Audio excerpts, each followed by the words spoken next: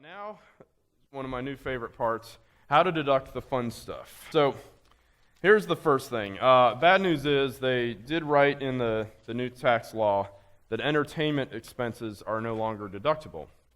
So we're going to talk about how to work around that. So put a note in. Everyone needs to go back in their QuickBooks, and if you have one of those standard QuickBooks lines when you set up your QuickBooks accounts that says meals and entertainment, go into Chart of Accounts, Control A, then Control E for edit, highlight your meals and entertainment, hit Control E for edit, and put your little cursor and backspace, delete the word entertainment, get rid of that. There's no such thing as meals and entertainment anymore.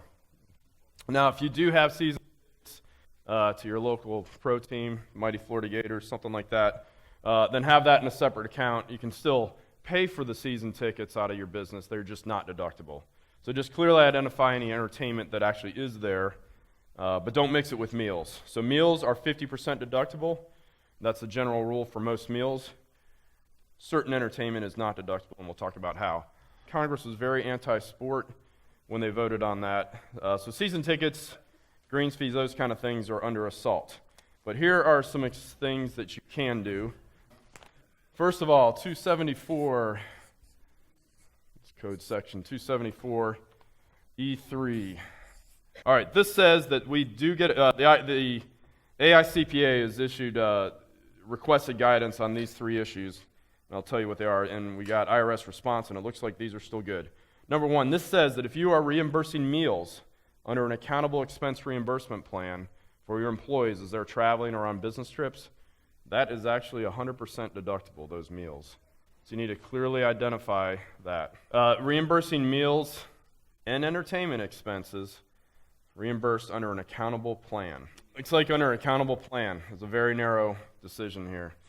So his question is, what if the company's paid for it, it falls on 50%. It's a very good point.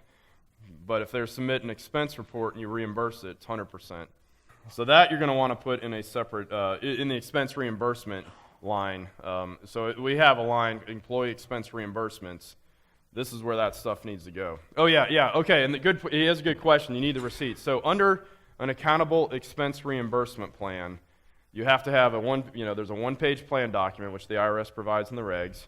We give it to our clients for free because we don't want to lose this on audit. If we have some come in, there's a plan doc in there where that agent shows up. And then you've got to submit expense reports. They call it contemporaneously and timely. They're actually going to submit an expense report with copies of those receipts. And the thing to remember with audit is you need the actual receipts. A credit card statement does not suffice as documentation under the current audit guide. Now, it's very outdated and archaic, but that is the rules right now as they exist. You have to have the actual receipts.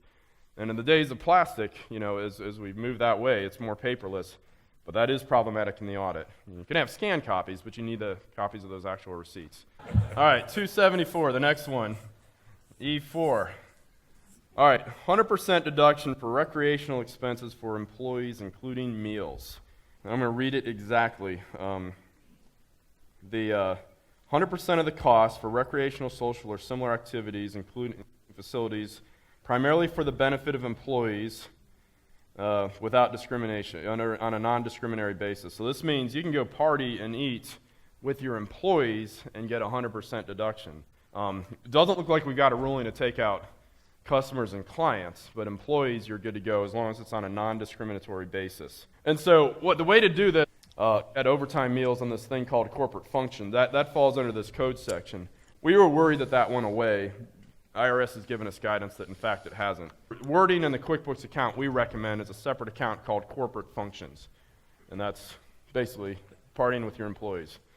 You're going away on a corporate retreat type thing or a reward, and how much time needs to be business? It's a good question because you could fall under two different things. One, this may be an employee entertainment event under 274E4, or 274E5. They've got the next code section deals with 100% deduction for entertainment and 50% deduction for meals, related employee, stockholder, business meetings, etc. So your question is this under here, which is basically partying with your employees, and everybody's invited? It's a non-discriminatory basis. We're just going out and we're bonding or whatever, team building. Then that falls under here. and you get 100% deduction, for that trip, including meals. But it's a 100% deduction for the entertainment, 50% for meals. And then the difference is not only a different little code section, but you get 100% of the entertainment and other costs, including 100% of meals. Here it's 50% of meals. So yeah, corporate functions is how I do it. You can do, if you're doing here the shareholder meetings, you can put all the stuff in meeting expense, and travel, that's 100%. Meals, you got to put down in the 50% meals account. And the key is when you're doing travel, your shareholder meeting can be a dinner. Per diem expense is deductible if you're doing that method. It does bring up this next thing, and I call having Uncle Sam pay for your education, which is like this event here. I don't mean go to college and get an MBA and learn how to work for somebody else. I mean learn how to grow your business. These conferences, business coaching, and training are deductible. So hotel costs, 100% deductible. You're paying conference fees or things like that. That is also 100% deductible. And what the trend now is have meals included in these conferences so that your entire conference fee, that you get the 100% deduction.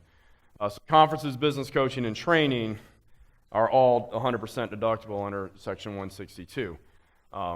So what you're doing is you're sitting here spending time and money to learn to grow your business, and Uncle Sam is helping you out with that by giving you 100% deduction if done right.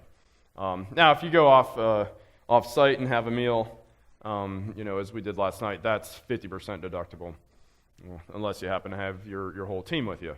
But in a lot of cases, these things are, or you reimburse it, under accountable plan. I do have to look to see if there's a wrinkle in there for greater than 2% shareholders of the S corp to confirm. So, but the deal is here. If you've got all employees and you do it under the corporate functions, you get 100% of entertainment and 100% of the meals under 274E4. So anyway, this is how to do the fun stuff. This is the way around this new rule on the entertainment, and hopefully that's useful. Don't ever over-engineer your structure, because as I showed before, these rates change over time. Make sure you've got flexibility. Focus on running your business. Have a flexible structure as you scale your business, and just know there will be changes, and we'll keep you updated as they happen. This is hot off the presses. So.